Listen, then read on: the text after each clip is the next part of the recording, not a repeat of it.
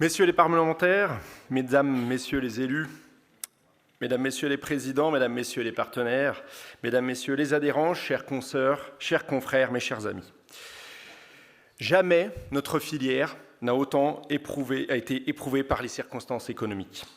Jamais non plus elle n'a eu à ce point le sentiment de l'abandon du plus haut sommet de l'État.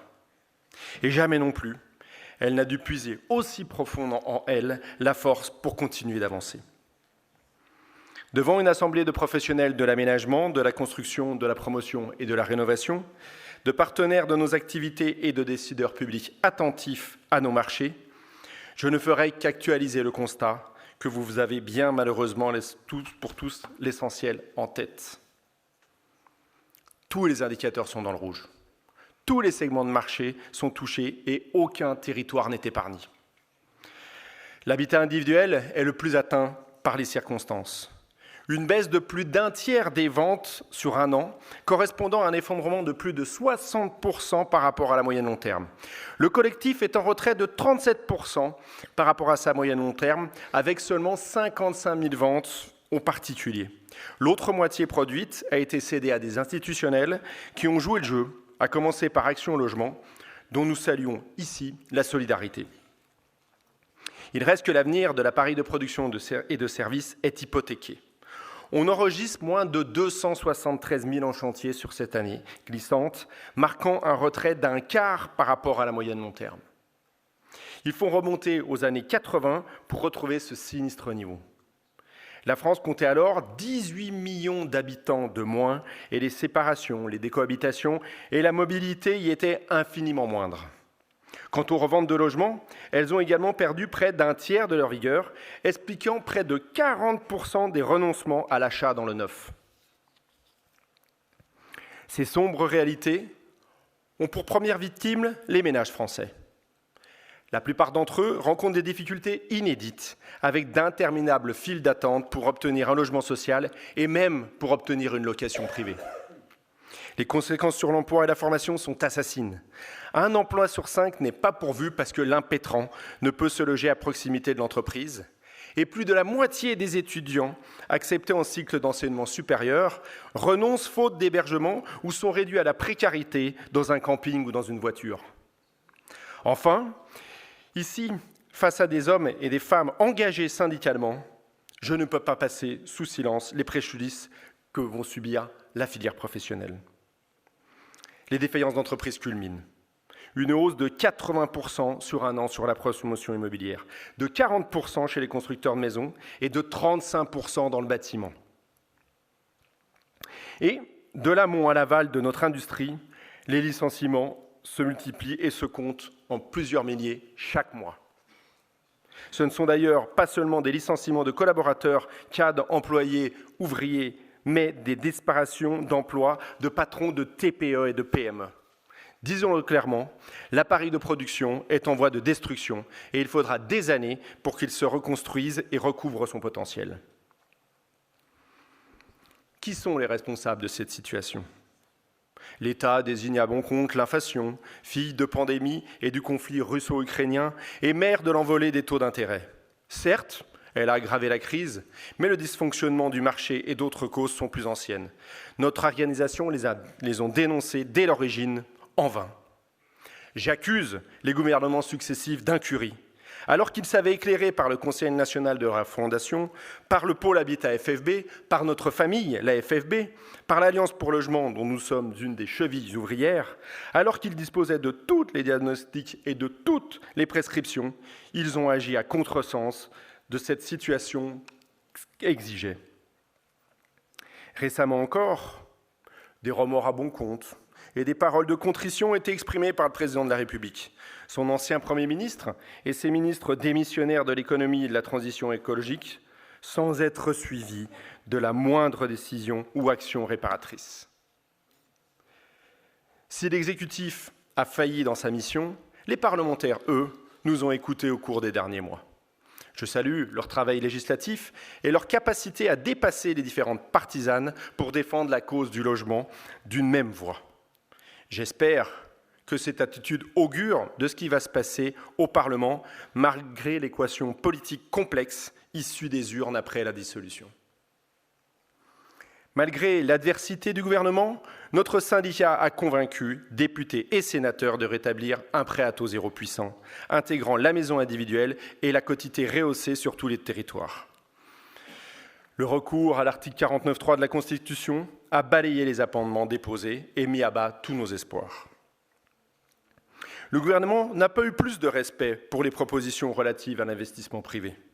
Pourtant, même la Cour des comptes, qui n'est pas réputée pour donner aisément son absolution aux aides au logement, a rappelé dans un récent rapport les bénéfices du dispositif Pinel que nous défendions en proposant des ajustements. Et quand le 49.3 n'a pas sévi, les menaces de Bercy ont suffi. La proposition équilibrée de Lionel Cos pour réformer le Haut Conseil à la stabilité financière n'a finalement pas abouti.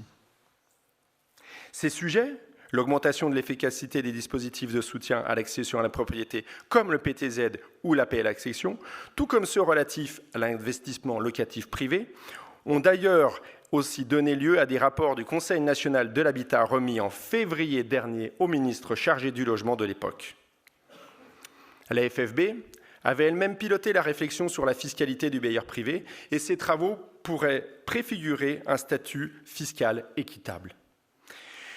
À une condition, que nos décideurs publics acceptent, comme ils l'avaient promis, de se mettre au travail et d'abandonner leurs certitudes. Il reste néanmoins, pour notre pôle habitat et notre secteur, plus que des victoires d'étape.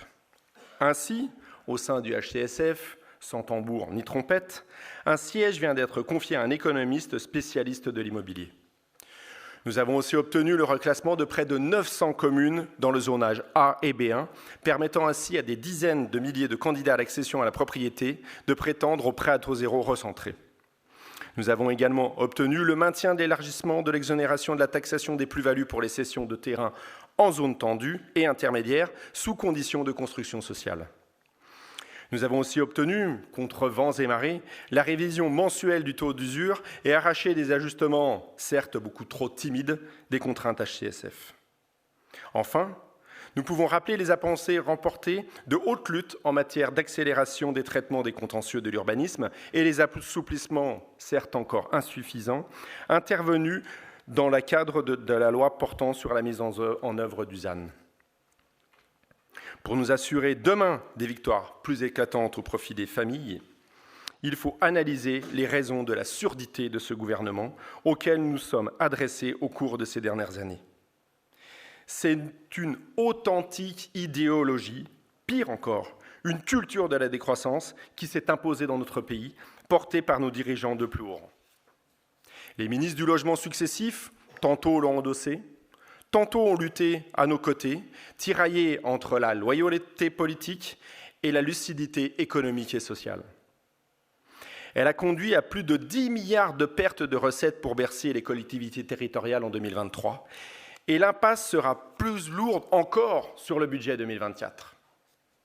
L'enjeu du pôle habitat FFB, de la FFB et de l'Alliance pour le logement, qui souffle cette année sa première bougie, est aujourd'hui, face à notre nouveau Premier ministre, de démontrer que notre secteur est stratégique, porteur de croissance et d'investissement pour l'avenir. Nous ne corrigerons pas notre déficit public par des économies injustes, mais par du pragmatisme, de l'offensive économique et du développement.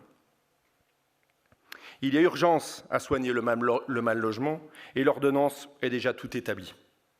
Au moment où les taux d'intérêt amorcent un repli bienheureux et où les ménages semblent retrouver le chemin de nos agences, nous attendons avant tout des mesures pour stimuler nos marchés. Nous savons ce qui marche, tel le prêt à taux zéro universel ou encore le Pinel dans sa version 2022. Les ménages, les banques et les professionnels en sont des familiers. Surtout, les tuyaux existent, il n'y a qu'à les rebrancher au travers de la prochaine loi de finances. Il importe aussi de faciliter les transmissions familiales au profit de la constitution de l'apport personnel pour les jeunes ménages. Il faut aussi faire glisser le calendrier des prochaines étapes de la RE 2020 afin de ne pas renchérir à nouveau le prix des logements. Enfin, le moment est venu, sans coût pour l'État, de simplifier vraiment le maquis des normes et réglementations qui cadenassent nos entreprises et nos activités en suivant les 40 propositions formulées en avril dernier par l'Alliance pour le logement. Michel Barnier est un homme estimable, savoyard qui plus est.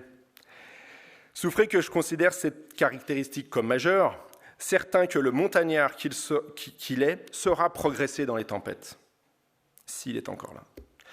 Je retiens aussi qu'il était naguère favorable à un pacte pour le logement. Puisse-t-il n'avoir pas oublié, en franchissant le perron de Matignon, ce qu'il croyait bon de bâtir hier. D'ailleurs, lors de sa première prise de parole publique, il aura précisé vouloir, je cite, « trouver les solutions qui marchent avec toutes celles et tous ceux de bonne volonté qui voudront résoudre les difficultés nombreuses et profondes de notre pays. » Mes chers amis, ne nous sommes pas tous ici de bonne volonté et volontaires pour résoudre les difficultés que subissent nos entreprises? En tout cas, ces propos du Premier ministre sont comme une réhabilitation des corps intermédiaires, tellement méprisés jusqu'alors. Nous méritons d'autant plus cette considération que nous avons dépassé nos tentations identitaires pour fonder l'Alliance pour le logement, preuve que notre sens des responsabilités et notre attachement à l'intérêt général est important. Enfin, comme j'ai désigné des coupables à la situation du logement en France, appelant de mes vœux des successeurs d'un autre bois, je voudrais donner un satisfecit à notre communauté professionnelle. Il s'adresse à vous toutes et tous, ici, chefs d'entreprise, adhérents de notre syndicat, et à vos confrères et consoeurs qui n'ont pas pu nous rejoindre. Vous incarnez des vertus exceptionnelles qui se révèlent davantage par gros temps que par vent favorable. Vous résistez à l'adversité coûte que coûte pour sauvegarder vos entreprises et vos équipes. Vous déployez des trésors d'énergie et de courage. Vous innovez. Vous faites preuve de bonheur pour les Français, en particulier des classes moyennes, pour qui le logement est un marqueur social majeur. Vous contribuez à la maîtrise de l'inflation des prix des logements. Vous œuvrez à la sauvegarde de notre environnement par la qualité de vos constructions. Et vous faites preuve d'audace en vous diversifiant sur des segments de marché connexes ou encore en investissant le champ de la numérisation et de la digitalisation du secteur. Les Jeux olympiques et paralympiques qui viennent de s'achever nous ont montré ce que pouvait faire de merveilleux la détermination et l'élan collectif. À cet égard, je voudrais vous mettre 2 phrases en tête en forme de précepte. L'une d'un entrepreneur emblématique, l'autre d'un homme de foi. Le premier, Henry Ford. Il disait que la capacité à soutenir l'effort continu conditionne la réussite. Le second, Pierre Teilhard de Chardin. Lui disait que rien dans l'univers ne saurait résister à l'ardeur convergente du nombre suffisant de grandes intelligences groupées et organisées.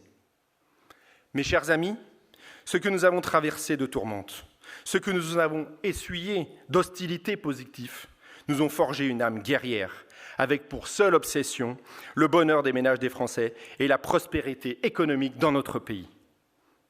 Soyons fiers de nous. Soyez fiers de vous. Pour moi, c'est une fierté et un honneur de vous représenter. Merci de votre attention.